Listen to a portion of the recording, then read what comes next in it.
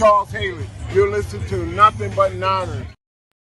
This is Kyle Juszczyk, and you're listening to Nothing But Niners. So now they've got to start from deep in their end of the field, and Garrison Hurst takes advantage of it. He takes the handoff, hits to his right, gets to the 20. He's in the 30, needs to cut in. He comes back up the right sideline, breaks a third tackle, comes down to the 30. He's down to the 20. He's down to the 10. He's down to the 5. He's into the end zone. Touchdown! Touchdown! 49ers! 96-yard run from scrimmage. Garrison Hurst breaking tackle after tackle, swings down the sideline. Throws off bodies like clothes after a marathon. Young, back to throw. In trouble, he's going to be sacked. No, gets away. He runs, gets away again, goes to the 40, gets away again, to the 35, cuts back at the 30, to the 20, the 50, the 10. He died. Touchdown, 49ers. Third down, Alex takes the snap. Alex looking down in post, and it's good. Touchdown! Touchdown, 49ers! It is second down. Ryan takes the snap, throws the slant to the left side. It's Russell intercepted. The 49ers pick it, and Navarro Bowman is redemption. Navarro Bowman running it all the way for the touchdown. No greater redemption. The San Francisco 49ers, we can do whatever we want. Click, click, boom! What is going on, faithfuls? It's your boys Mike and Tony, and we are here to bring you guys another fun-filled episode. Now, this one is going to be freaking interesting, man. I just got to play something really quick because it just touched mi corazón. I got to play this one more time. I'm sorry. This is Kyle Juszczyk, and you're listening to Nothing But Niners. It's so hard to say goodbye to yesterday. This is Kyle Juszczyk, and you're listening to Nothing But Niners. I'm going to miss Juice, man. Oh, damn, Tony. Oh, damn. All right, guys, let me run through these formalities really quick so we can go ahead and really get down to the meat and potatoes of everything today. All right, if this is your first time here on the YouTube page, follow the instructions scrolling across the bottom of the screen. Hit that like button. Hit that subscribe button. Turn on those notifications so you know exactly when we are going live. And we want you guys to follow us on some of our social media platforms. We have Snapchat. We have X. And those handles are Nothing But Nine. The number 9, Nothing But 9, ERS. And then we also have Instagram. We also have Facebook. We also have Twitch. And those handles are Nothing But Niners. Y'all probably haven't heard that in a while because I haven't played that one in a long time. And then don't be the last one to join the party, man. I owe you guys some shows over here. Patreon.com/NB9ERS. I got to do one of these Patreons really soon because I got to tell y'all how I feel about how I feel about how I feel. And that only happens over there on Patreon. So, it's all going to go down in due time, but make sure you guys are here and you are locked in everywhere, okay? I am your guy, Mike Andrews, 83. You guys can see the Twitter handle at the bottom of the screen right there. Bang. All right, and to my right, well, guys, that's just Tony. That's Mr. Old School right there. That's pencil behind the ear. That's GM. He likes chalkboards, not whiteboards, because whiteboards are too new technology, okay? Tony, what's going on with you, big dog? I like whiteboards. Whiteboards are good. No, I know. I'm just messing with you. What's going on, buddy? How you feeling today? Good. Just refreshing Twitter every 10 seconds and seeing what the hell they're doing. A lot of confusion, a lot of question marks, but, we'll get into it tonight. We'll talk about it. So the 49ers are set to sign a couple of free agents. Do you want to just start there? Do you want to talk about the losses first? How exactly do you want to do this one, man? Whatever you want to do. I mean, there's a ton we could talk about. So, I mean, however you want to do it. What's really like you got to if we don't talk about this, Mike, we failed tonight's episode. I just think the philosophy coming in to the offseason. Okay. I think we should start off with coming into this time, the tampering period, there's rumors, they're going after this one. It's the same shit every year. They have cap space on one site. They have, as of right now, of course, before these deals hit, approximately between $32 and $33 million in cap space. And I keep seeing Adam Schefter keeps saying that the team needs to become cap compliant. $32 million is cap compliant in cap space. I don't know what he keeps talking about or what angle he's trying to get at or what drum he's beating because it doesn't make any damn sense to me. As well as other content creators and people like Jason Hurley who talks about the cap and stuff like that. So that's my number one issue. Okay. Coming into this offseason, they were going to identify players. They wanted to become younger. They wanted to become faster. And they wanted to change their strategy on how they do their business with contracts, right? John Lynch, first thing out of his mouth, cash, cash, cash, cash, cash. Not cap, cash. So with that being said, threw me for a loop. I just got a text message. With that being said, you have to like read in between the lines on what they're trying to say and what is going on behind closed doors at 4949 Maria de Bartolo Boulevard. Because clearly we don't know. We're not privy to that information. So we're on the outside trying to figure out what's going on the inside. And 9 out of 10 times we're wrong. But it seems like there's an issue with the business that they've been doing for the past couple of years. And it's finally catching up to them with restructuring and stuff like that. They're up to, I have a picture of it, approximately $78 million in dead cap space right now, currently where we stand. That's former players. So that's an issue. So $76 million is taking up space for them going out to be able to do things because they're paying players that they bumped money down the road. It caught up to them. They moved on from the player. Now they got to pay it off. So with that being said, there's still $30+ million over. They still should be identifying players that can help this roster in the young and faster category that they set at the combine. So we first started off with the trade of Deebo Samuel, and it just started from there. It was like a free for all of, oh, this guy's gone, we're cutting this guy, cutting that guy. So I mean, just like quick, just off the top of my head, they trade Deebo, they cut Juice, Floyd, Hargrave, Collins, guys that left this team in free agency: Greenlaw, Travarius Ward, Hufanga, Banks, Jalen Moore, Mitchell, Dobbs. This is the teetering that's going on with this roster. And we're going to talk about later, like, who the one's like, we wish we wouldn't let him go. But we'll get into that later. You're seeing a transition. And there's still a nucleus of some older players like Trent, CMC. This team could be competitive. It's just they really need to, like, depend on the draft now. This team can't go into free agency and identify players like they used to because it didn't work. And it bit them in the ass and it caught up to them. So big name free agency for this team is gone. I thought they were going to identify 1 or 2 players and make a move, but they didn't do it. So you're starting to see the signings that we're going to talk about in a little bit. 1-year deals, 2-year deal for one of them, a 3-year deal for one of them. And it seems like they're just trying to build this roster or backfill this roster because off the top of my head, I don't even think we have 42 players under contract right now as far as 51, like top 51 candidates. I don't even think we're there.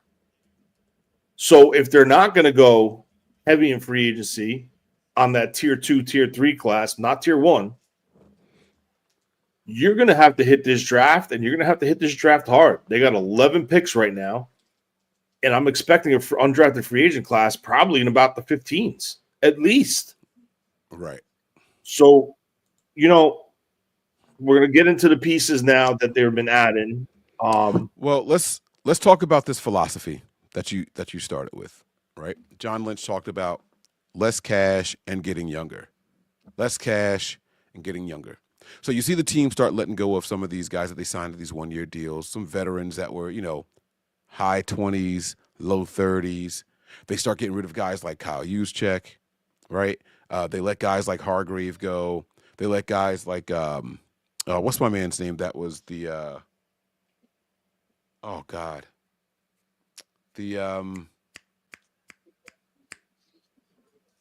It was Kyle Juszczyk, Hargrave. There was another defensive lineman. Oh, Malik Collins. They let God dang, that was painful. They let Collins go. So it's like, all right, I can see the youth movement. But then they go out and pick up a 30-year-old wide receiver. Now we'll get to him in a little bit, but it's like, are we contradicting it? What's happening? Are we looking for players on their first new deal? Right? Like, it's free agency, so no one's going to be a rookie, right? So obviously you're looking at guys who have been in the league at least 3 years. It's free agency time now, right? 3 years or more. So are those the kind of guys that we're looking for? And through these signings, Tony, I don't know exactly how it plays out. So now, again, the one that really threw me for the loop was this latest one, this wide receiver. But again, we'll get back to that in a few. Do you think that this has been a concerted effort to bring in youth? I'm saying I think it's a concerted effort to bring in youth and finally address a weakness on this team. Mm-hmm. The weakness on this team is special teams. Okay. They brought in a lot of guys. They brought in a lot of guys that are going to be, if they make the 53, special team contributors. The linebacker from the Titans, his name is slipping through my head right now. Luke Gifford, a linebacker from the Titans, special teams demon. Richie Grant, special teams demon. Pinnock can play special teams. Played special teams with Boyer with the Jets. Was a part of Saleh's draft class. So you got right there 3 guys that are brought in specifically for a potential role on the defense, but also double down as your special teams contributors. And it's something that's been lacking. The lack of attention to the special teams has been apparent, and now you bring in a new guy with a new philosophy, bringing in people that he identifies to come in and to help his unit be successful. That's a positive, right? You can't talk about much positive in this free agent class, but that is a positive. You were trying. Round of applause to you because, bro, if anybody out there was going to find a positive, Tony just did it, man. Holy smokes, man. Round of applause. Where's my round of applause button? Why don't I have my little soundboard set up over here? But round of applause to you, man, because that was great. That was great. All right. Enough of that. As far as the tight end, Luke Farrell, 12 catches, 60-something yards last year, 0 touchdowns. But he's a great pass blocker, a great run blocker. This will free up Kittle in the passing game. But now if you look at the flip side of it, Kyle is evolving away from the fullback and maybe going to an H-back, and where this kid potentially could have a role. This is why they're trying to adapt, overcome, adjust, whatever you want to call it. But you're seeing the changes, right? Because you can't ask a guy who's 6'2", 240 pounds to line up in line and block a defensive end.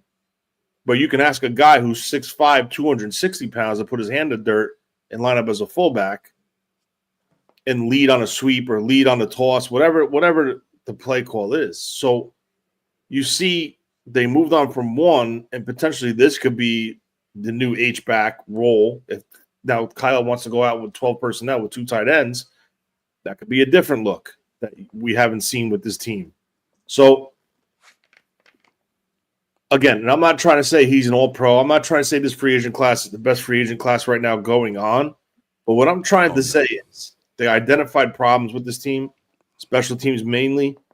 You cut Juszczyk, you bring this kid in to try to fill the role of Juszczyk. He's more versatile than Juszczyk as a blocker, but we got to see him as a pass catcher. So what we're going to see, right? We're going to see. It's too early to really sit here and start grading things, but there's a lot of questions, right? There's a lot of questions that I have, and Mike and I spoke on the phone. There's a lot. Like, you have a center on your roster. You're talking about getting younger and quicker. You have a center with bad knees that can't anchor. You had Drew Dahlman as a free agent sitting there, right? You had 31, $32 million in cap space. If you felt he was the difference maker at the center position, go get him. Go get him. Your job is to solidify holes in this team. And that could, even if we walked away from free agency signing Drew Dahlman and like 5 of these guys, like this quality like group that we're bringing and we're building right now, that's a win. You want to know why? Say that we identified why they were doing it. We could understand. Exactly. You saw the weakness. You saw the glaring hole. Bang. You went after your top position of need. You filled it with a top-notch free agent at 3 years and $42 million, I think he signed for. That ain't much. I mean, that's a lot of money, but it's not like you're paying him $20 million a year to play center. And if you bump it up to 4 years and you put a phantom year on the back end of it, you could have potentially wiggled some room a little bit. But they didn't do it. It is what it is. But with the Grant signing, right? I don't know the contract terms. I think it's 1 year, maybe $1.85 million. But then you see a guy. Grant the safety. Yeah, Grant. Now you see a guy who played for Saleh, who's a 4-3 safety, who played. No. Grant didn't play for Saleh. I think you're talking about Pinnock. No, I'm not talking about neither one of them. I'm trying to compare and contrast. Oh, I'm sorry. Okay, my apologies. So you have Grant, and instead of like 1.85, why wouldn't they take that 1.85 and go after an Ashton Davis who played for Saleh in that scheme, who's a 4-3 safety, who's made plays as a starter and contributor to that defense, and he only signed for $2.75 million with the Miami Dolphins, with max value up to $3 million. See, that the moves like that, I mean, unless Saleh didn't like him. I mean, that could be it. Saleh couldn't stand him. He didn't like him. He thought he was over it. Whatever. But that's the stuff that I'm talking about. Like what I feel like with the those safety, are the head scratchers. How do you miss on that safety? How do you miss on Dahlman? Yeah, it's just like, you don't know. And now they signed Robinson, the wide receiver, who came on strong last year. I think he had 51 catches for 700 yards or 507 yards and 7 touchdowns, I think. He had a career year last year. I'll be honest with you. Most receiving yards. I'm sorry. Not his most receptions. However, it was his second most targets. 505 yards, 7 touchdowns. This was his best production year as a pro. Yeah, so you're looking at a guy like that who's going to come in on a 2-year deal, I think, with a fully money of $6 million. But here's the catch with it, right? He's creates space. He's a separator. Right. He's fast. And guess what? He played in this. So it's not going to be a situation where he's got to sit back. He got to learn. He's got to adapt. He's a blocker downfield. That's the first thing they said with the highlights that I was watching when they announced the signing. So these are all things that put him ahead of some guys in some certain situations as free agent wide receivers that were available. So this feels like a Conley replacement to me. This feels like a Chris Conley replacement. It could very well. But I also think there's going to be a situation where the Ayuk situation. Now there's rumors flying that he could potentially Cleveland's interested in sending Newsome and late round picks for Ayuk. So this could be a fallback option if they do move on from Ayuk. Not saying that they are, but you don't know what's going on. What we are seeing, it really seems like they are trying to shed money. They're trying to avoid money. And I'm telling you just got to keep your eyes peeled because there's guys coming up that are going to be doing a lot of money, and like those cash bonuses that they got to pay out. Trent, CMC, Jennings, Ayuk. I don't know what to think right now. Like, I don't know what messages they're sending. I don't know what their plan is. I don't know what to think. But it just seems really that they are 100% focused on trying to shed money, and they're going all in on a draft class. So I have a question. Does dead cap come out of the salary cap or out of the cash? Dead cap comes out. Dead cap is the upfront cash payment that hits your salary cap at the end, towards the end. That's what I'm thinking. So it comes out of the salary cap. It was paid up front, and then okay, all right. So they're not really necessarily worried about dead cap then. If their concern is cash, which is what Lynch has been talking about, cash, not salary cap. He's been concerned about cash. Yeah. So they might not mind walking away from some players with more dead cap than what we would normally see. I mean, they've done it. Look what they're doing. I mean, Debo. Yeah, Debo's going. Debo. Yeah, that's what I was asking. They're paying Armstead this year, I think. So it's I don't know. You really got to. I said this. I was never a fan of keep kicking the can down the road because it will bite you in the ass eventually. Right now, it's biting them in the ass, and they're forced to move on from players. Now, is it a good thing for some? Sure. Next year, they're going to have a lot of cap space. Hopefully, things don't work out. Things work out the right way. But I just feel that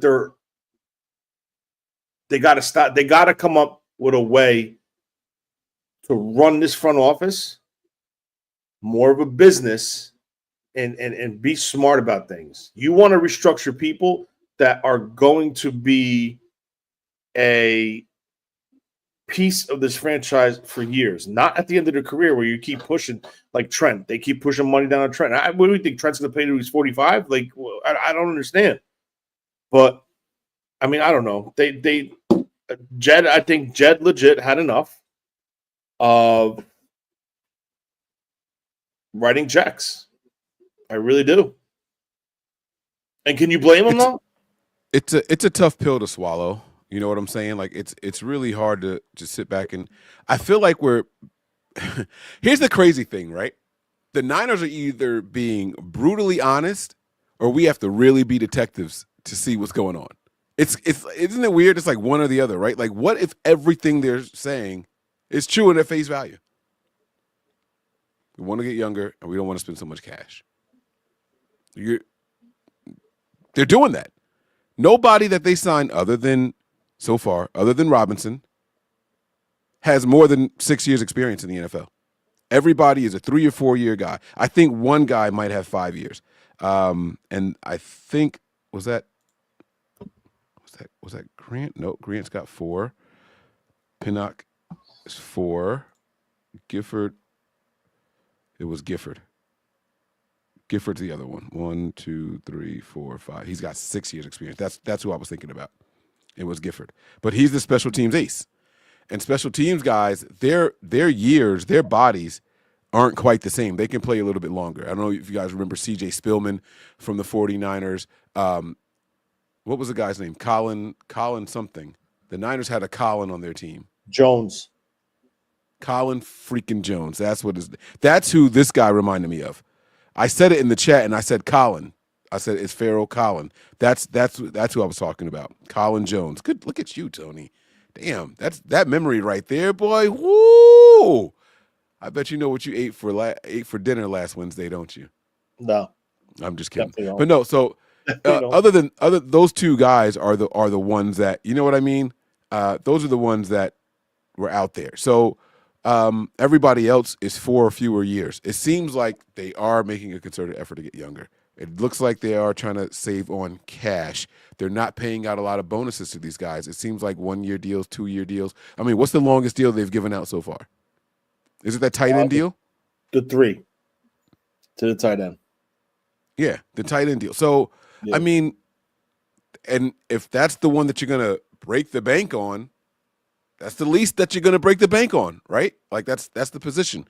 Let's get to some 49ers news. Was there anything else on the philosophy? We have often sat back and said, man, like the Lions weren't afraid to get younger. The Lions weren't afraid to be a little bit more aggressive, right? The Lions made all these moves, homegrown talent. They went out and got young free agents, and it was like, why can't the Niners do that, right? And then the Rams kind of had an approach where they mixed in some veterans and a lot of youth, right? They drafted a pair of defensive linemen, but then they also signed some veteran guys out there as well, right? And they go and get the old guys on the offensive side of the ball, the proven wide receivers. They go out there, and that's what they look at. And then they said, you know what? We're not going to do that anymore. We're going to let some of these old wide receivers go that are homegrown guys, but we like Puka. And we're going to keep Atwell for a little bit. And we're going to, like, this is what they're doing. You know what I mean? Like, the Rams are kind of mixing it up. Is that what the Niners, are we turning the page to that? Because as far as I'm concerned, it's been, we love our roster. We're going to try to keep our roster intact and together as long as we can. I feel like this Niners team, every 53-man roster, I would be surprised if we added 7 new guys to it every year. It felt like it was much of the same people coming back. And now it's like, all right, it's time for these guys to go. Here comes the influx of youth. And it started last season, not this offseason that we're experiencing, by the way. Could be. Yes, Niner faithful. Didn't the Packers get younger on offense too? Yeah, I feel like they're kind of seeing like, hey, it's not a bad thing to do. It's not a bad thing to do. So, I don't know. Maybe my thing is if their intentions to do like let's gut it, break it down, and redo it. Why are you holding on to older players? No, say his name. I got your back. I'm not going to leave you out there. Anybody, Trent Williams, George Kittle. Like, why are you holding on to these people if your full intent is to gut it down, break it up, and redo it? I mean, honestly, I'll keep it real with you. I honestly feel that this offense next year, I'm not going to say now, but we got to see what comes out of the draft. And we got to see the draft. We got to see other moves that they make. But based off of strictly their schedule, strength of schedule, I think this team could compete for a playoff spot and make a playoff run. I'm not saying Super Bowl, but I think they could. And now this is where like the head game comes in, right? They're sniffing around Joey Bosa. They're sniffing around some veterans. Like, I honestly feel like, just think about this. Like, why would Robert Saleh come back to San Francisco knowing that the intent was to break it down and rebuild it? Right? Like think about that. That's where I'm at with. But that's more of a reason, in my opinion, for Robert Saleh to come back. Robert Saleh just got ousted as a head coach. Right now, I think most of the league felt like, Robert, we know that wasn't really your fault, but he did have 3 seasons there. Let's not act like this was a one and done thing. You had 3 seasons. You had your pick of quarterback. You picked that guy. Then when they went and got you the veteran guy that was supposed to be the answer, and it just didn't work. So we feel like, man, Robert Saleh got the raw deal. But maybe around the league, Robert Saleh isn't as heralded as we thought. Now, we know that he had 2 teams where he had at least 1 interview and then another one that he turned down the second interview, and that's when he decided to sign with the Niners, right? So I heard the Raiders put the full court press on for him. Pete Carroll put the full court press on to get him down there. Okay. I can see that happening. I can absolutely see that happening. Yeah. So I don't know. But here's my thing, though. If you're looking at a franchise like the Raiders, maybe not, but we're going to pass on him, right? Or he's going to pass on them. Why not go and redeem yourself with a 3-year story? Hey, Kyle, you want to rebuild? I was with you from the beginning.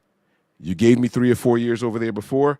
Give me 3 or 4 years again. We will right this ship, because not going to lie to you, this 49ers defense looked a lot like that 2016 and 2015 defense, right? These last 2 seasons were more reminiscent of that than what they were than when Robert Saleh left and when D'Amico took over.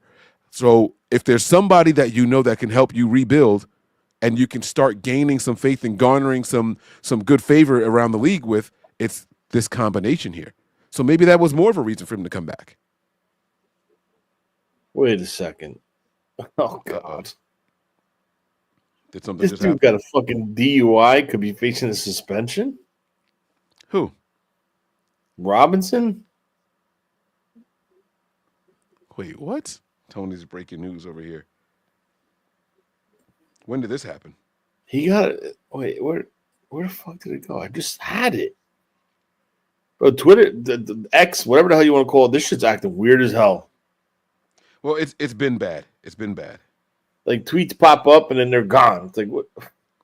Well, yeah, or you click a link and it says not available. Then you click the link again and it pops up. Is that happening to anybody else but me? No, it's happened to me. It was a little friggin' article by someone, I guess, that covers the Rams or something with the Rams, saying that they're starting negotiations with Akella Witherspoon. They're interested in bringing back Robinson, the guy the Niners just signed, but he has some off the field things he needs to work through. And that's what the off the field thing was? Yeah. A DUI. There's nothing to work through. You're waiting for sentencing. Suspension stemming from a DUI in November. The league didn't suspend him then and might not now. Yet something to watch going forward. Oh, well then, I mean, if it was from November, did the Rams make the playoffs? You know our luck, bro. Yeah, but I mean that should have been settled from court and everything already. So I don't see that. I agree with that. That all should be settled, and the league has had plenty of time to announce something like that. So, yeah. But I mean, it's the sleuths are out there and they're digging. So it's good to know. It's good to keep in the back of our mind. So it's a DUI, right? Not a DWI. I think it was a DUI. I think it said. Because isn't a DWI worse than a DUI? I thought driving while intoxicated versus driving under an influence just means that something was in your system. Versus, I don't know. Maybe I'm wrong. Driving while intoxicated, driving under an influence. I don't know. Either way, you're screwed. Yeah, it's not good. Maybe that could be a state-to-state thing also. You guys got to remember, I transitioned from one state to the other. All right. And no, so Tony was saying in what he read, guys, just to clarify, that the league didn't suspend him, but it doesn't mean they don't have time to still. But yeah, I don't think he's going to get suspended for it. He said Tony is TMZ too. All right. I know. I'm just on Twitter, bro. I'm just keep looking. No, it's all good. All right. So that's all I got for philosophy. But I do want to touch on one thing that you said. Well, when you're done, I got another philosophy thing. Go ahead, go. I think they're holding on to Trent Williams because of that dead cap space, bro. Have you seen what it is for this year? I think that's why you hold on to Trent Williams. Yeah. Because I don't think the drop off was. Now, also, Jalen Moore was the guy, and he's also gone. So now it's a whole new bag of rocks. You know what I mean? So it's a little bit different when you look at it that way. It's one thing if you kept if you kept Jalen Moore, extended him, and then you go ahead and say, all right, Trent, you know what, man? We're going to let you go. But his dead cap for 2025 is – come on, slide over, son of a – why doesn't it let me slide over? It's massive. That's all you need to say. Yeah, but get the hell off my screen. What is happening? It's not showing me now. It was a lot. Oh, is this a giant ad on the top of this? Is that what this is? Okay, hold on a second, Tony. Let me bring it down here. There we go. His dead cap for 2025 is $56 million. He ain't going nowhere. You know what I'm saying? That's too much. That's the biggest cap hit on the damn team. The dead cap, they're not going to do that. Yeah. So, yeah, I think that's why. It says savings of negative $35 million if they were to do it. And that's pre-June 1st. The trade is the same damage. If you release him post-June 1st, the dead cap savings are $35 million. Positive? Is that right? Or if you trade, oh shit. Wait a second here. Hold on. Dead cap $56 million, which is negative $35 million savings. Post-release, dead cap $21 million. Post-trade, $19 million. So if we trade him after June 1st, it's $19 million in dead cap this year. That's a lot better than 56, guys. Well, all right. Well, I mean, listen, we're And they're now saying that Joey Bosa is signed to the Bills. oh my god. Speak your mind. Come on, we're live. Live. Come on. Where did the Bills? Now, can I ask you something? Where did the Bills come in? This was between. Miami. This was between Miami and the Niners, and he goes to the Bills. He wants to go to a team that he thinks is going to win. So, what are we saying? The Niners are mailing it in? Like, what are we doing? What the fuck does it look like? Yes. What does it look like? I don't know. And look at the deal. Look at the deal. I don't know. Now, I'm not upset about it, but I want to know if the Niners really wanted him. And these are the things we're never going to know. Was he just linked to the Niners because his brother was here and his mom tweeted that shit out or Instagrammed it out or Facebooked it out? You know what I'm saying? Remember when Mama Bear was like, oh, I can see my two sons play together on the same team. Remember that shit? Yeah. That happened during the season, like in the middle of the season. My thing was this, though. I need to know if the Niners were sincerely interested in him. Because if they were, losing him, well, you got his brother here to if you couldn't get a guy here that you wanted and his brother's on the damn roster, then what I'm saying, what I've been saying is true about Kyle Shanahan, and it will be time to acknowledge it. I know you don't want to. I know you don't like when I say it, but I'm telling you that if the Niners were interested in Joey Bosa, his brother's here, his mom posted the picture with him in the jersey and all that stuff, and the mom wanted it to happen, the family wanted it to happen, and we couldn't get him here, then what I've been saying about Kyle being a dark cloud over this organization and people not wanting to come here because of him would have to be true. I don't think it's Kyle, Mike. I think they don't want to spend money. I mean, $12 million, really? $12 million, one hit, one up front. That's they don't want to do it. They don't want to do it. They're taking hit after hit after hit after hit after hit. Like, look what they did with. Tell me if this makes any sense, right? They cut Floyd today. They cut Floyd. Which was all signs pointing to Bosa coming here. Yes. This guy comes out on NFL Network and says the 49ers were negotiating with teams for a trade, and in the long run, they decided to cut him. Why would you cut him if you're going to get something back for him? Like, I don't know what they're doing. Like, this is I don't know. Come on, say it. Like, this is what we're here for. This is the most head-scratching offseason ever. And by the way, guys, the Niners are usually quiet this time of year. Let's be clear. I think one time we had like big news early on, and that was who was it? It wasn't Christian McCaffrey because that was a trade. There was one big name. Who the hell was it, Tony? I don't know.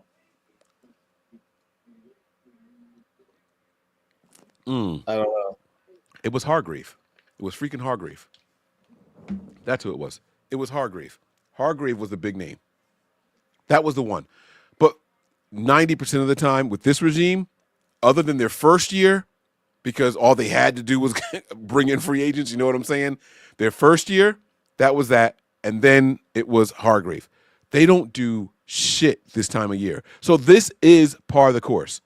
Every single tampering period, all you see are the Niners letting this guy go. This Niners free agent is signing over here. This guy is going there. And we go into this panic mode every time this time of year.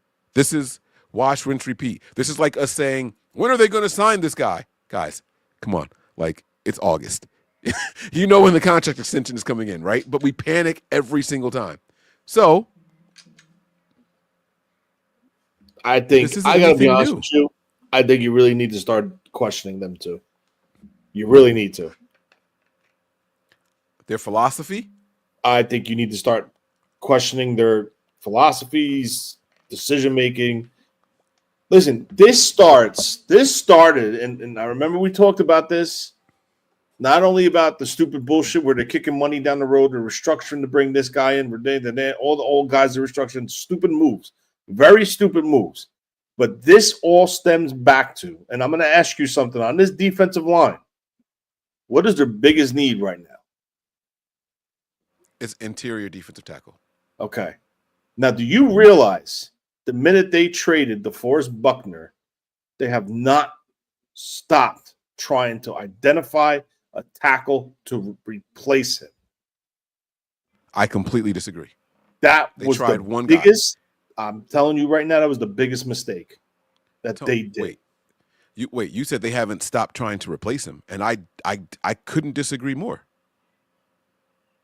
They tried two people. They tried Kinlaw. They tried Hargrave. They tried the undrafted guys. They keep bringing. That's not trying. Okay. Oh wait. It is trying. That's throwing bodies. That's throwing bodies at a problem, though. But this is what I'm trying to tell you. Okay, they took a guy that was a monster who required double teams, who is 100% healthy still to this day, and they traded him, and they brought Kinlaw in. That didn't work. They tried freaking Hargrave. They tried. They just keep wasting money on these players that aren't good. They brought this kid in last year from the Cleveland Browns. He's barely going to be on this team. They tried Armstead inside. The biggest mistake was them getting rid of Buckner. But I'm not disagreeing with you. I want to be clear with what I'm saying. I'm sorry. I'm not disagreeing with you. We as the fans should be looking at them saying, "What are you doing?" This is the part that I don't understand. I'm saying that you don't let a Pro Bowl, All-Pro defensive tackle go and then say the answer's in-house. Now, what you do say is maybe we can get a guy in the first round. And they tried that, right? He didn't work out. The next attempt you have is 3 seasons later in free agency, and that doesn't work out. Like, I understand that you're saying they were throwing bodies at it. Yeah, of course. I mean, they got to fill the 90-man roster. They're going to throw bodies at the defensive tackle position. But that's not trying to replace an all-pro. Trying to replace an all-pro is getting another guy in the first round or maybe even the second round. We don't do that. We don't do that. We don't get day 2 free agents at that position. We got Hargrave, and then that was it. This is what happens, right? This is what happens, and hear me out when I say this, and don't take this the wrong way. When you fucking go for the fences and you trade everything you have for 2 years and you miss on a quarterback, and then you trade for a running back and give up 2s, 3s, and 4s and a 3 next year. This is all things that hurt this team. 3 massive trades. 3 massive trades killed this team. Now, here's the issue. Here's the big issue, and I'm going to be straightforward with you. What happens if Brock Purdy goes, well, you're taking all these weapons away from me. The defense is done. We'll say his agent is saying this because I don't think Brock would say this, but what happens if his agent comes out and starts doing this shit? We want more money because you don't have nothing around him. And it's going to be more on the quarterback than anybody else around him. Now they're going to price themselves out of a quarterback. And just for shits and giggles, I don't know if you haven't realized this. You know how hard it is to find a quarterback in the NFL draft? Can't be that hard. We got a guy at the last pick of the draft. I'm talking about day 1. And what was the last guy that was picked in the last pick of the draft that became a starter and led a team to a Super Bowl? Quarterback, finding a quarterback is a very hard thing to do. Because if you look at the draft class where Trey Lance was taken, they're all on different teams or all free agents right now. You think that don't say much. I still think we should be drafting more quarterbacks, just to be clear here. I don't have a problem with that. I don't have a problem with drafting quarterbacks. I don't have a problem with that. But drafting and missing and trading up and giving ample amount of picks away and missing is these things that caught up to the 49ers. They've been doing it the right way. Every 3 years we draft a quarterback. right? I mean, yeah, but what I'm talking about, Mike, I don't have a problem. If you want to say Trey Lance fell to whatever pick they were that year, 10, you take a shot, fine. You mortgaged that year's first-round pick, the following year's first-round pick, and the year after that. That's crippling if you miss. And this is what we're seeing right now. Another trade with CMC. CMC had a phenomenal year 2 years ago. Really phenomenal year. Right? But 29 years old, they gave him more money. Let's hope for the best. He comes back this year and plays a solid year, plays the whole year. Hope for the best, right? We got to hope for the best. But they're giving a running back money at the wrong side of it. I just don't I don't get it. I won't go that far. I won't go that far. They gave CMC a deal when he got 2 deals with us, right? Like when we traded for him, he got a deal and then they reworked something, right? They gave him the guarantees the last offseason, and then his knees got all messed up, right? We were like, how'd you give that guy this much money with his knees messed up? I think that this is going to sound like maybe some homerism, but y'all know I'm not afraid to critique this team. I'm not afraid to criticize this team. I think that they're prepared to have CMC in the physical prime of his life for the next 2 or 3 seasons. I think that's why they did that deal the way it was. Hey, go get your shit taken care of. Here's some money to show we got faith in you. You're our guy. So I'm not, while I understand what you're saying, the amount of picks it took to acquire him, the physical number of picks, while it wasn't a first rounder, it equated to just under a first rounder, but it was still a number of 3-4 picks it took to get him here. Mm-hmm. You know what I'm saying? So I do understand what you're saying when it comes to building for the future. 100% I understand that. I'm just saying that I still think that was the right move to make for Christian McCaffrey, and I'm not mad at the money that they gave Christian McCaffrey because I think that he's going to be back and better this year and the next year after that because he's in his physical prime right now. Yeah, I don't know. I just think I think that these two guys, honestly, you want to know my honest opinion? I think Jets set them up for failure this year. I really do. I told you when I honestly think if they have a losing year again, Jed's going to fire them. I really do. It's possible. We mentioned this for a half a second when we were talking on the phone. I said, "What's the cap space looking like for 2026?" We've already got 4, the max amount. We've already got 4 comp picks for 2026, and we've got that full draft available to us. I don't think we have a future 2026 pick that has been traded away. If there's a time to bring in a new head coach and a new GM, that's the year to do it. That's the year to do it. But what I need these guys, as in Kyle and John, to realize is, hey, listen to me clearly. This year is your ass. They need to act like it because it doesn't feel like they're acting like it right now. And guys, free agency has a lot of good players still out there. There's a lot of players out there right now. But Jed York is doing something with this roster. The assistants that he's bringing in here, you know what I'm saying? I think that he's preparing for a what if these guys are gone, would you still like a job? We've seen him promote a guy from within after firing a big head coach and say, hey, I want you guys to stay here. You won some, you lost some, but your answer for your next head coach was in-house. Was it the right answer? Absolutely not. But what if it is a Robert Saleh? What if it is a Gus Bradley? You know what I'm saying? There was the Niners signed an assistant today. Who was that? Oh, damn. Someone joined the Niners roster today, a coach. Who? An assistant to Bradley. Not Bradley. An assistant to the special teams coordinator. He's been there. He's been on the staff. When they announced the staff, he was part of that announcement. They added a player, not the coach. I thought no. There was something that happened today. I've been working. No, when they announced the linebacker from the Titans, they said that coach was part of that organization with him. And that's why they tied it together to bring him to San Francisco.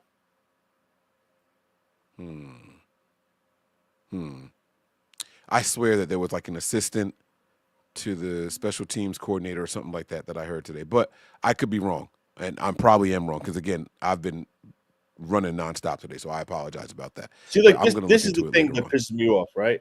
The 49ers expected Bosa to sign with them today. They released Leonard Floyd with that expectation. The Bills came in last second and that build outbid both. I don't believe that part. I don't believe that.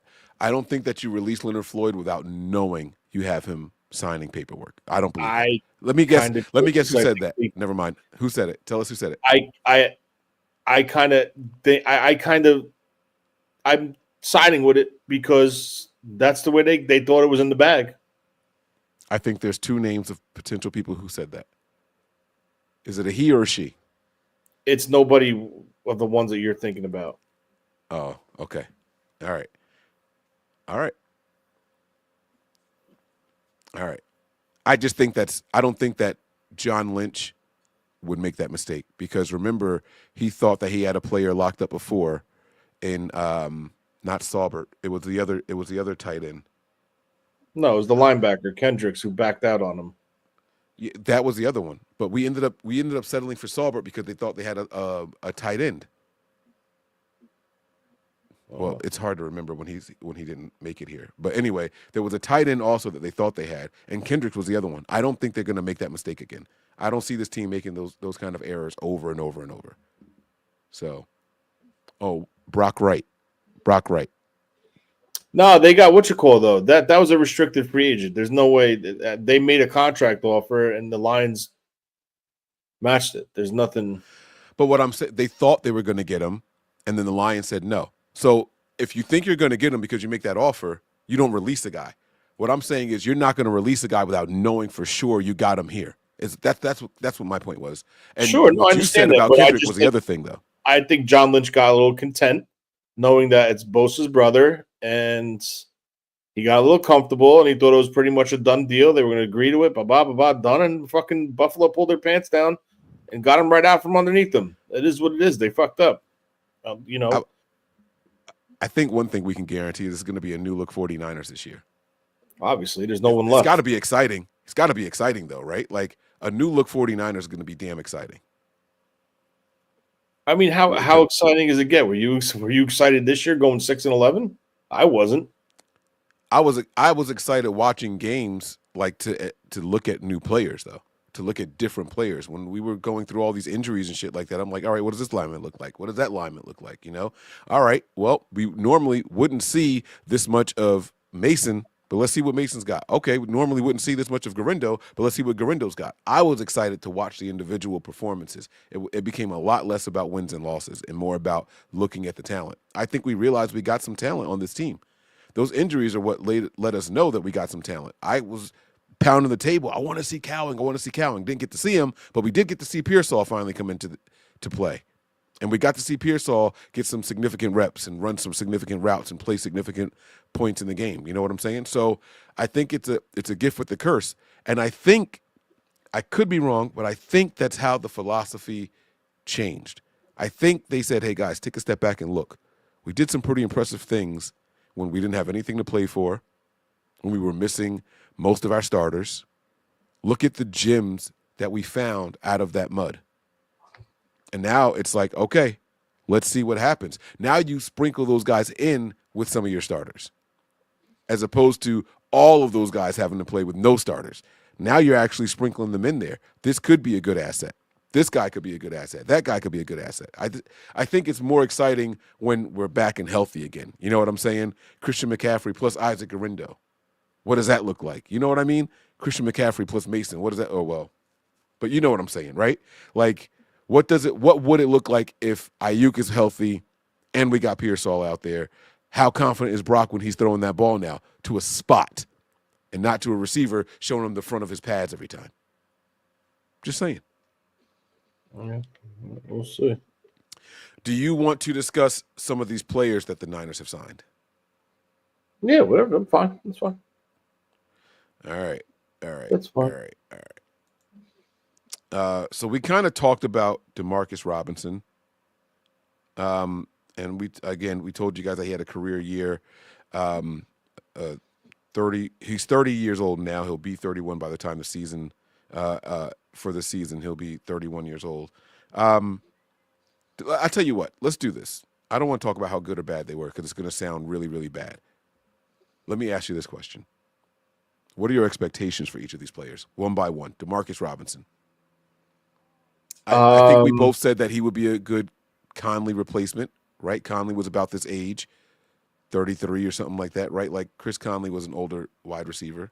I definitely think he's a good fallback option for Ayuk with his knee injury. Whether he's here or he's not, because he's not going to be ready. He's a good depth piece. He knows this, he knows the principles of his offense. He knows what's required, what's asked from the receivers in this offense. It's not astronomical money. I think he's an upgrade. I think he's a replacement for Ronnie Bell. He's an upgrade over Ronnie Bell. He's younger. He's younger, and he could be an upgrade over Conley, even though I think they bring Conley back. I mean, who knows, man? I don't know. But he's a solid piece. He's a solid signing. He could have a spot in his roster. God willing, nothing comes up with the issues that he had off the field last year. But, I like it, and we'll see what we can get from him. Right now, I think penciled in, Pearsall and Jennings are 1 and 2. So, yeah, we'll go from there. Yeah, I agree. I won't touch on it much more than that. I think that's sufficient there. We have to see what happens. So, Jason Pinnock. Now, he's the second safety that we've signed. Richie Grant was the other one. I want to hear your expectations for Pinnock because you said something in text. I'll let you go ahead and say it here. But what are your thoughts on him or expectations? And by the way, we don't know if any of these guys make the roster. We're talking about as if they do make the roster, folks. Yeah, Pinnock is, living in New Jersey, you watch the Giants a lot. And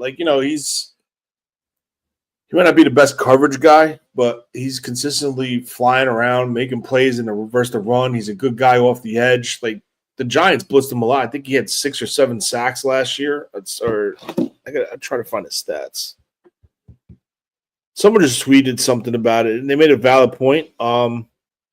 As far as stats. Oh, go ahead. How potentially Saleh could use him as a situational piece, like what Kansas City uses. Who's that? That little cornerback that's good. Murphy? No, not Murphy. Shit. That is it. Murphy? Does Kansas City have that little corner Murphy? Byron Murphy? Who are you talking about? No, I don't know. I don't know what I'm talking about. But well, last year he had 4 tackles for loss. He had 3 sacks last year. We're talking about Pinnock, and he had 3 quarterback hits. So he did get in the backfield a couple of times. Yeah, he's like a chess piece off the edge. You can blitz him, you can line him up in the slot a little bit. He's just a high energy player. He's always flying around the field. He plays special teams. He had a pick 6 last year, I think, versus Seattle. No, I forgot what game it was. He definitely had a pick 6. And he's got that like DeAndre Berry's. He's got that dog mentality. He's like a no nonsense dude. He's going to bring it every play. I mean, is he perfect? No. That's why he signed a 1-year deal, and that's why he's available. But, maybe they can develop him in something. It's all about matching the player's skill set to the scheme, and that's how you get a good fit and a player who can make that next step in his career. So, potentially, they could have stumbled across something. Maybe, maybe not. But, we'll see what comes about of it.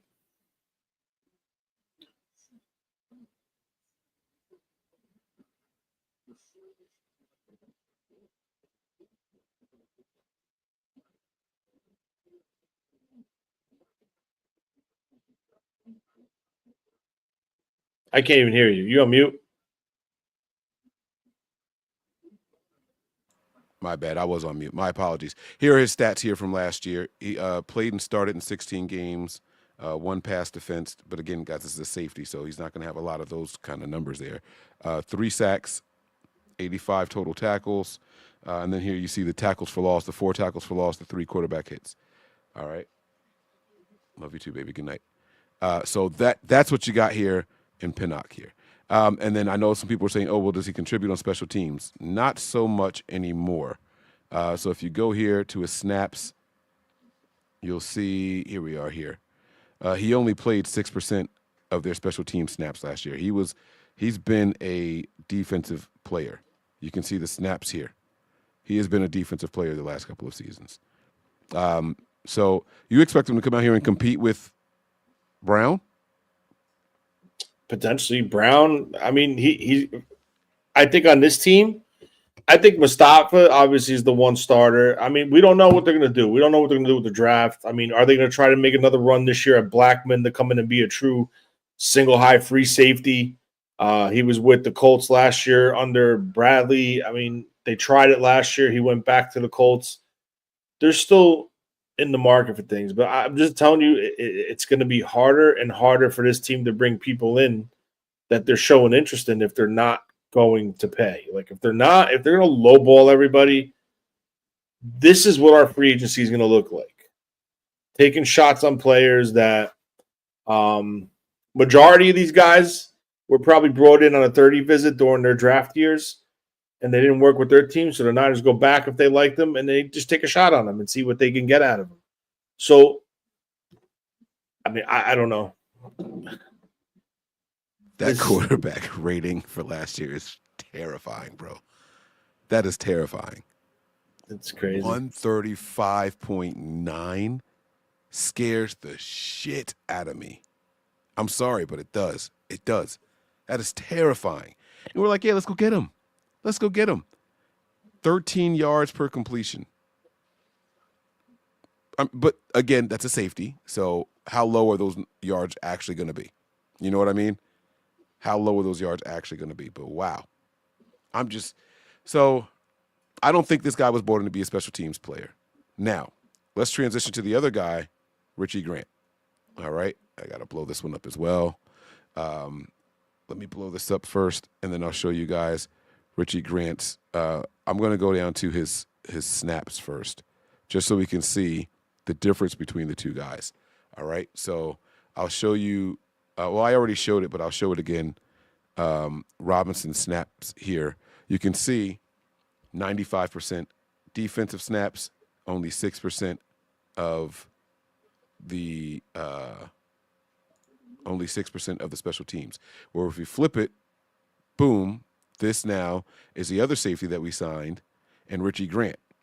You see he only played 15% of his team's defensive snaps and 78% of the special teams. This tells me that he's special teams depth more than anything.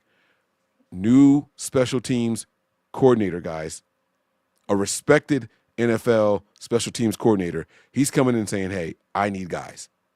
I need bodies. And I think that's what we've seen the most this offseason. All right. Let me see here. Advanced stats. So, I mean, again, he didn't do a lot in coverage. 50% completion percentage, 74 yards. He gave up 12.3 yards. But again, not a lot of ops there, guys. Not a lot of ops. One touchdown and a rating of 97.2, which is still pretty high, but it's not nearly as bad as Robinson. And that's, again, he also had a lot fewer opportunities than Robinson did. I think this screams special teams player to me. What do you think, Tony? Absolutely. But I also think it's going to be a decision where if it comes down to Pinnock or Grant, right, who not only is it going to be just strictly special teams, but it's got to be someone that has experience and that's someone that could be somewhat productive as a backup player to the safety position if there's an injury. And that's where the decision is really going to be made, how the defensive back coach and defensive coordinator feel about that individual. So, I mean, listen, clearly this is a motive to light a fire under Jair Brown's ass, but, I mean, we're going to see. I should bring him on the show. I should bring Jair on the damn show. That's what I should do. He's in town, too, just so you know. Yeah, I know. He went to a school I saw the other day. Yeah. He stopped by the barbershop 2 days ago. Yes, sir. All right, let me not throw everything out there. All right, so I do like what you said though, right? Like we've seen flashes from Jair Brown. I think it's fair to say that we were all disappointed with his production last season. We were pretty much disappointed with everyone's production, but this was a little bit different here. This was a little bit different. This one felt like, come on, Brown, like, what are you doing? I think we felt disappointed with what we saw. I like what you're saying, right? Throw them all in there and let the cream rise to the top. I think that's what we're doing right now. So I like that. I like that, Tony. So we talked about Pinnock. We talked about Grant. You want to do Gifford or the tight end? Whatever you want to do. Good. I'm. You run it. I'll talk it. All right. So here we go. We're gonna go to Gifford because this is an outside linebacker by position, but again, I'm going to start with the snap counts because I think that that's really, really important for people to see over the course of his career. Okay. Now, last year was the highest that he ever played, and I think that's largely in part due to injuries. Boom. All right. So this is Grant. This is Gifford, guys. Luke Gifford. This is the outside linebacker that we signed from Tennessee. All right. And you can see here, look at these numbers. He is a special teamer true and through. And there's nothing wrong with being a good special teamer, by the way. All right. He did have his highest amount of defensive reps last year in 203. All right. Again, new defensive coordinator, a respected one. I need guys. You're not just going to give me just anybody that you sign or undrafted free agents say, hey, make it work. No, I need guys in here that can show and prove. What are your thoughts here, Tony? Yeah, actually, I remember. Do you remember the year where the Niners played Dallas and that linebacker Vander Esch got knocked out of the game because someone hit him or something? Like it was a freak accident. He got knocked out of the game. Well, I ended up actually ended his. I don't know if that was the one that ended his career, but he wound up retiring because he always had a neck issue. And this guy came in and started fighting with people because of the hit that they put. I do not remember that. But I remember that. So I was like, damn, man, he's a fighter. So, yeah, basically special teams player. I mean, he does offer you some ability as a linebacker. You just saw a couple like highlight films on him, making an interception, stuff like that. I mean, he's no starter. He's no Dre Greenlaw. He's not here to replace Dre Greenlaw. He is a special teams player. I think he will be an upgrade over Flanagan Fowles as a special teamer. So, I mean, listen, for what they brought him in for, 1 year and change for a little over $1 million, you bring him in and and just see what you can get from him. See, he can compete as a potential backup to the linebacking core as a depth piece, and that's it. But his main thing is special teams. This is the type of guy that could turn into a Blake Costanzo type linebacker for the 49ers as a special teamer. But hey, he offers you a little more as a 3-down player as a linebacker as well.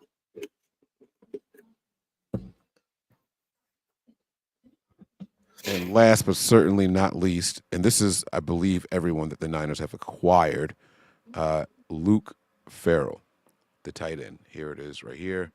Bada bing, bada boom. All right, 6'5", 250 guy. And he's got some experience in the league, 4 years there. All right, 28 years old, starting to enter his physical prime. I'll give him another year. He'll be in his physical prime. This guy has he's definitely not here to be a receiving tight end, right? Is that safe to say? I mean, we've talked about it already. He's replacing Charlie Warner, basically, back when they had Charlie Warner. True blocking tight end. I just think he's going to be a little bit more versatile than Charlie Warner as a potential H-back. Kyle might try to do an H-back role with him. But look for heavy 12 personnel, one back, two tight ends. So it's going to be interesting. The Niners are a little unsure about the wide receiver stuff with Ayuk and stuff like that. Oscar, I understand he is not an H-back. What I'm saying is Kyle could try to use him as an H-back in 2 tight end sets. That's all I'm trying to say.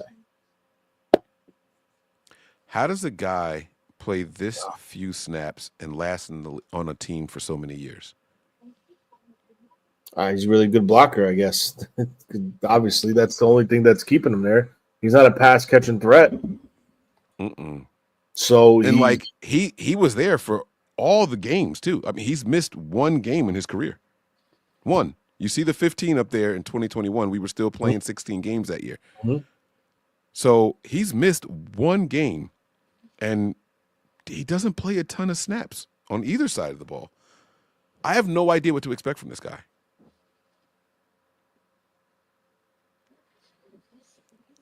I have no idea. So I'm going to step back, and this is not a pick that was exciting. This was the first free agent move that was announced or linked to the 49ers. But, I mean, we'll just have to see what happens, man. We'll have to see what happens. I don't want to drag this thing out. Let's stop the screen share here. Was there anything else you wanted to touch on before we go? I know that today we were talking. You were like, oh, I got something to say, but I want to say it on the show. Was there something else that you wanted to touch on? I mean, no. I mean, just telling you now, get ready for it because I don't think – I think it's going to be tough. I don't know. I don't know what to think with this team with the way it's going right now. I don't know if there's a battle up front between Parag and someone. I don't know, but it's not right. And everyone – and I'm going to say this, and I'm usually don't say this, but Grant Cohen said something about this last year that there was a riff in the front office about spending money. And everybody downplayed it and laughed it off. He got it. I think he's right. I think he was right when he said it. Because right now, I mean, you got $30 million in cap space, man. You got a little over $30 million in cap space, and this is what we're doing. 1-year deals for people that are 50, 51, 52, 53 roster spots. Like, I mean, I don't know. Yeah. They're gonna have to hit this draft. I mean, out of the park, and they're gonna have to do the undrafted free agent class like they used to back in the day, bringing in 15 guys because they need to fill this roster. And if they're not gonna bring in free agents, I don't know. I think it's very tough. I think what they're doing right now is very scary, and it's very dangerous, in my opinion. Before we get out of here, I do want to discuss the comp picks. I want to know your thoughts on it. It's kind of what we expected, right? I think we all had the Niners pegged at 11 picks. This tweet is here from Wayne. He says the 49ers have been awarded 4 compensatory picks in the upcoming 2025 NFL Draft. Round 3, pick 100. Round 4, pick 138. Round 7, pick 249. And again in round 7, pick 252. I don't think there's any major surprises or anything like that, right? And 4. Oh, there's a major surprise. You don't think there's a major surprise there? What? One of those 7th round picks should have been a 4th round pick. Talk about it. What happened? How wasn't it? They screwed him. That's what happened. What else is new? But how did we get screwed? They gave a 7th round pick for Sam Darnold.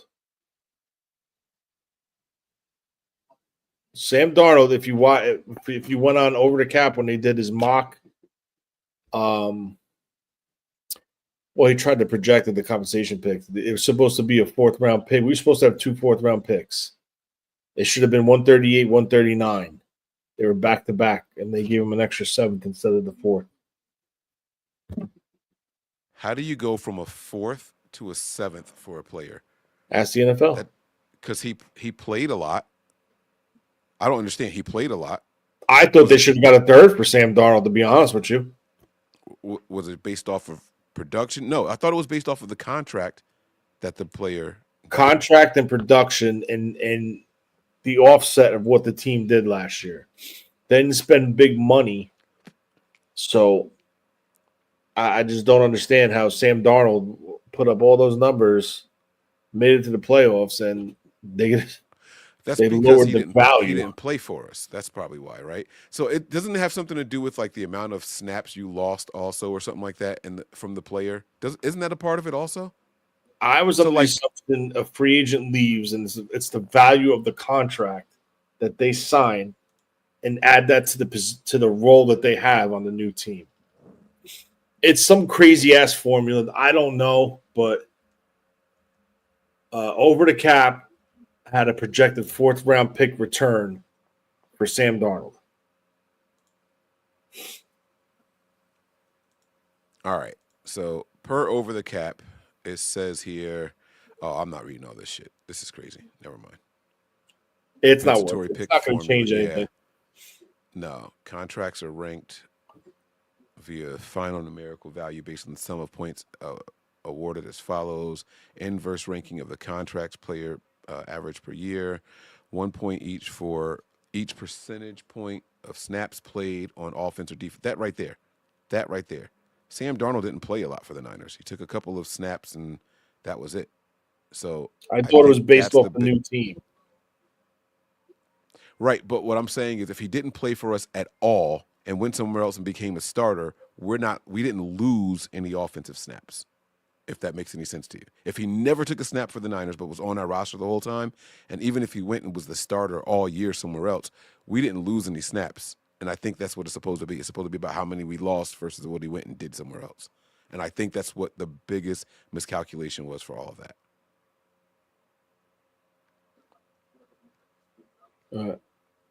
Yeah, I really think that's what we missed out on. I knew it had something to do with snaps, but I wasn't 100% sure. All right, well, I mean, look, that's it. We're not gonna keep this thing going here. Hopefully, you guys enjoyed today's episode. Tony, man, talk us off the ledge. You found something positive to say. I don't know how you did it, but damn it, you did. You found something positive to say earlier in the show about how things were going. Give us your final thoughts so we can get out of here, man. Let's go home. Final thoughts. I guess keep watching Twitter. Look for updates. See if they keep adding players of this caliber to try to fill the roster and bring some type of talent to this roster now. Yeah, I mean, I don't know. I'm not used to this. Like, we've been very spoiled as 49er fans. I remember going through this once with this team where they couldn't even afford to sign a street free agent because they got cap trouble kept pushing money down the road with incentives and stuff like that. And we spoke about it when they started doing it. And it's a cycle. It's good. Bang, it bites you in the ass. Now you got to pay for it. So I'm just hoping that this isn't a 3-year thing because A, Kyle and John won't be here in 3 years. And B, no one's going to want to come here. Like, you're not going to be a competitive team. So, like, I don't know. I don't know, man. I don't know. You're on mute again. We do have our first super chat of the episode. Let's play the horns. My man Nick says here. Oh, man, I'm hearing crazy echo. All right, it stopped. There we go. MLB owners and the commissioner are forcing Tampa Bay Rays to sell, and Eddie DeBartolo is front runner to buy them. Are Yorks cutting money to loan to Eddie to buy the Rays? Now, that's an interesting question. Remember there was this whole like, oh, man, we got to sell 10% of the team. We're valued at $9 billion, so we need $900 million for anybody that wants to, you know what I'm saying? I don't think the Rays are worth that much money. They're worth $1.25 billion. The Rays? The Tampa Bay Rays were valued at $1.25 billion according to Forbes. Makes them the 26th most valuable team in MLB. That's not a lot of money. Okay, wait a minute. Respectfully, they were 26, so I want to be clear. Like, that's a ton of money, right? But that's not a lot of money to acquire a team, a professional franchise. And that $900 million.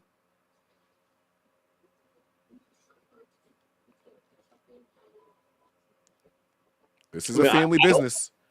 I don't think Eddie needs to do that. Wait, what do you mean by that? The Bartolows are a very, very, very, very wealthy family. Very well. Do you know the history of the Bartolows? Yes, of course. The Pittsburgh, the Penguins and all that shit. Like they've been owning teams and franchises and all that stuff for a long time. Do you know what made the Bartolows rich? And all that? What? Malls. Building indoor, outdoor malls. They should have came to New Jersey. They'd have cleaned the fuck up. New Jersey is the mall capital of the country. But yeah, I mean, I just don't know if they have $1 billion sitting around for a team. They're big real estate people too. Right. But, I mean, listen, I think Eddie could probably do it on his own. I mean, obviously not paid all in cash, but they're worth a lot of money, bro. The Bartolo family is worth a lot of money. Maybe they did it. Who knows? Right. But I don't know. All right. Nick, this is a really good question. And I'll be honest with you, this would explain a lot. The announcement that just sold 10% of the team out of nowhere. The calls about cash. If you could now think about this, 1.25 billion, right? So if you can raise the 900 million, you're only short what? 350 million? Now you want to cut some cash for the Niners. We've been spending too much. That's something to look at, man. That is something to look at. Plus, like you said, they're a wealthy family already. I'm sure they have a couple $100 million laying around. That could be something to look at. That cash is cash, and we got to stop spending. Sometimes when there's a takeover, that's what happens. So we'll see. Thank you so much, Nick. That was really, really good. Good insight, and it was definitely worth something to think about. I'm going to be thinking about that now for the next 2 hours, and I got to be on in less than 2 hours. So this is going to be great. This is going to be absolutely great. All right, guys, we're going to get up out of here. My final thoughts are this, man. It's a long off season. It doesn't look good, but I want to remind everybody, I said it earlier in the show, it never looks good this time of the season, ever. And the one time it did, that player kind of let us down, and that was Javon Hargrave. We are not a team that goes out there and spins big in free agency on day one and day two. That's never been our thing. We have always walked away laughing at what the Niners do early. All right? And so I want you guys to remember that. Enjoy the influx of youth. Continue to laugh at some of the signings. Continue to scratch your head at some of the signings. But let's be patient. This is a marathon, not a sprint. That's going to do it for us here tonight. I appreciate you all. Tony, thanks so much for joining, man. I really do appreciate it. You want to tell people where to find you if they want to follow you? I don't even know my damn handle. What is it? It's NJ Niner Fan 499, baby. Make sure you guys get on over there to X. NJ Niner Fan 499. I got your back, buddy. That's going to do it for us, man. We're going to get up out of here, all right? You ready?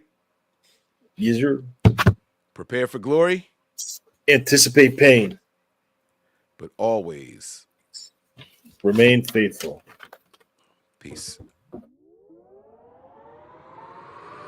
We all gas, no brakes, pumped up, no fakes. We spinning, we winning, we high stakes. We never miss, we all makes. Look at us dudes trying to prove, bringing you news with nothing to lose. Mike, Nick, Tony, Wayne, Method Man, we bring the pain. Hey. See, I'ma confess it.